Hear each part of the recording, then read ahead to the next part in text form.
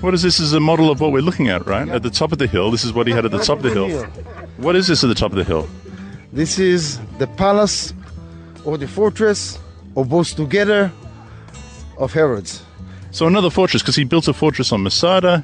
Yeah. He builds a fortress here. He makes the hill 100 meters higher. He built one in Jerusalem for himself. He built the old city there. So did he live in fear of his life? I mean, he had so many fortresses. Yes, of course. Yes, we were talking about that he had to look for his security. In case there is any kind of revolution against him in Jerusalem, he had where to go. Okay. Yeah, right. And he liked to have his options open, right? Yeah, but look at it. It's so geometrical formation here. See, a circle. Every tower is another circle within the main circle. It's like, you can imagine, if you were not here and you see this plan on the map, so 2,000 years ago, who would build it like this? What for? Who will build a mountain for it? Because you're on a built mountain. Look at it. Look around. You control 360 degrees around you. You control everywhere here. That's beautiful. Yeah. Oh, it's an incredible structure too. Look down there. Look down there. Other floors down there. Yeah. They're underground today. Maybe when they built it, it was not underground, but they covered it as a mountain. We don't know what was the beginning. He built the mountain and then he digged his palace into it or whatever. Everything is open. Amazing. Yeah. And what about water once again? What about water? Where does he get the water? There's not a lot of place to drainage the water. Once again, you're in the desert. But he drainage every drop of water, into down the subterranean water storages. And little reservoirs. Yeah, you want to go there? Yeah, sure. Let's go. We're gonna go there. Yes. Okay. Many stairways to go down, but we'll do that. We can do it. You're the man of information. Tom came here and I asked the question, what was it about this place that had some meaning? Tell the world what you saw and how it affected you. Well, a synagogue in Herodium's palace. It seems to me like it was a little bit of everything, mixture, to make everybody happy. A little bit of this religion, a little bit of that, so everybody will be happy. Okay. Just seemed odd. All right. They need synagogue. They were Jews. Yeah. He was Jew, but he didn't. He was a Roman follower, you know. Sure. Yeah. But he built the synagogue. Herod built the synagogue on Masada to keep the workers and the soldiers happy. So here we are in Herodium, and there's another synagogue, and he would have built it for the same reason. And I might be wrong. Maybe he used synagogue also. Maybe. Maybe he was a Jew. Don't forget, he was half Jew. He was half Jew. Yeah. Maybe for Yom Kippur he went to the shul. He was an Edomite convert, right? Right. Yeah. But did he convert for political reasons? What was the reasons for his conversion? No, I think the family was already mixed. Okay, so he was growing up into such atmosphere. Here's what really hit me. Do you know what happened in Roman bathhouses? No? Anybody? Other than a bath, you mean? Yeah, okay. So maybe, Shuki, maybe sometimes Herod would have his Roman guests come. Of course.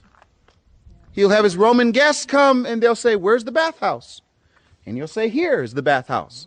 And then right across there is the synagogue. And again, this is what I love about seeing this picture. So you've got the synagogue and you've got the bathhouse. Two completely different things right in the same area. And I think this is what's happening in Roman many. culture on one side, Roman culture over here, the Jewish culture over there, going together. Yeah. And so what's wrong with the Roman culture and the Jewish culture working together? Sounds like Christianity. Say it again. Sounds like Christianity. Okay, he said it, I didn't. Now, let's do this. We're going to go into the Roman bathhouse, okay? Come on. Come on, everybody. Somebody's got to be here to dig you. Come on in, Jonah. We want this. So, what was wrong with King Herod? What was the issue with King Herod? Anybody? What do you think was the issue with King Herod, Shirky?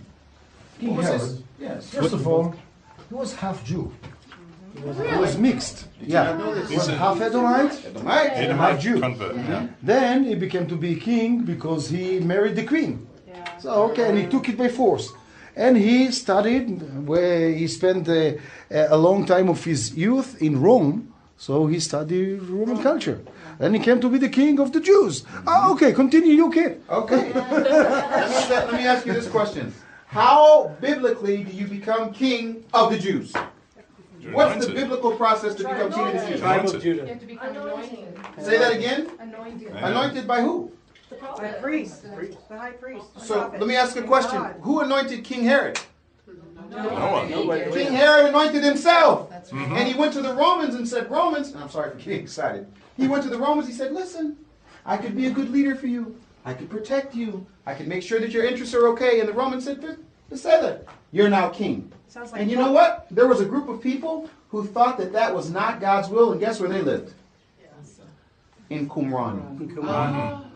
Do you know what else Herod did? And then I'll end this. You know what else Herod did?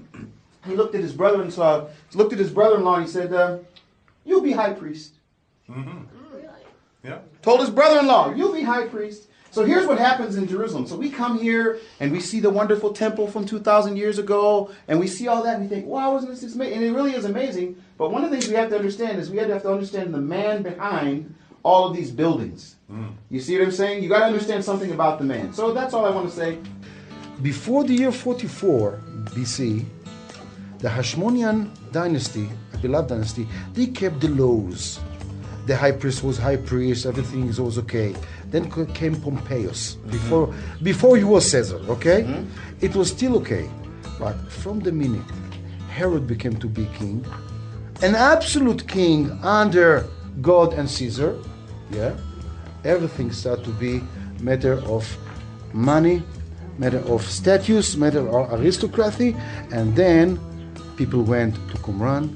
Jesus protested on the temple, and this is very close to something that had to exploded. It exploded in the Jewish revolts against the Romans. So tonight, when we go to, I think it's the temple tonight or tomorrow night. Tomorrow night. Tomorrow night we'll have the real thing what I really think about this whole thing. Wait, But you're in the not telling meantime, us what you really think? no, tomorrow night. So Keith, by this stage, both messiahs have been replaced. He makes his brother the high priest, Right. the Mashiach. Right? He makes himself king, the Right? Mashiach. Right? Both of them are counterfeits. Yes, absolutely. So you have a false, you have the appearance of godliness, but not really that which is biblical. Now, listen, let me just say something again. There's not a tour group that says they want to go to Herodium. We're a tour group that wants to bring a bus up here to Herodium because this is a very significant place. This is the man who built the temple. You understand? I have thoughts about that.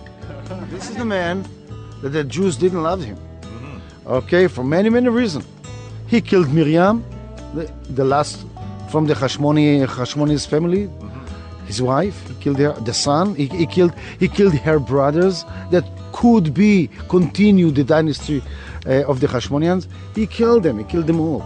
Okay, he built a temple, but he built Roman cultural things. Hippodrome, theater, amphitheater, with many statues. Not in Jerusalem. No. He built in Jerusalem without the statues. He didn't. He had a red line not to cross, but he built the whole Caesarea city, Roman city, with Roman temples in Eretz Israel. Yeah, so he built for the Romans much more, but he gave the Jews the biggest temple they ever could dream of.